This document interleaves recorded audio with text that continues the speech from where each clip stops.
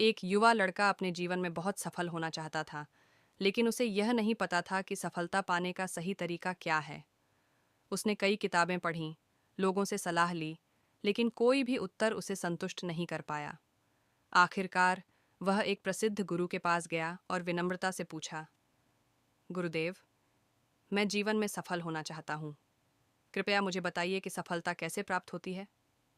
गुरु मुस्कुराए और बोले, कल सुबह सूर्योदय से पहले नदी किनारे आओ। सबक देने का तरीका अगली सुबह वह लड़का समय पर नदी किनारे पहुंचा। गुरु पहले से ही वहां उसका इंतजार कर रहे थे।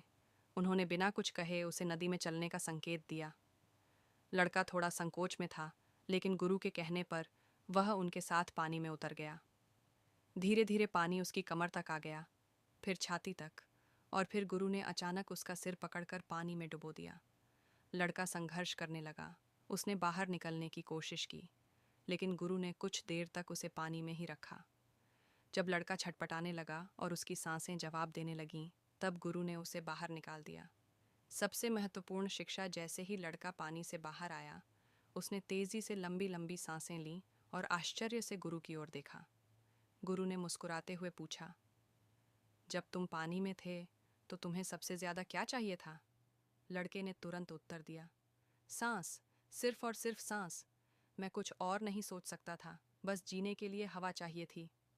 गुरु ने गंभीर स्वर में कहा, बिल्कुल सही। जब तुम्हारी सफलता की इच्छा उतनी ही तीव्र होगी जितनी सांस लेने की थी, तब कोई भी चीज़ तुम्हें सफल होने से रोक नहीं पाएगी। शिक्षा एक, सफलता केवल सोचने से नहीं मिलती, उसके लिए जुनून और मेहनत चाहिए।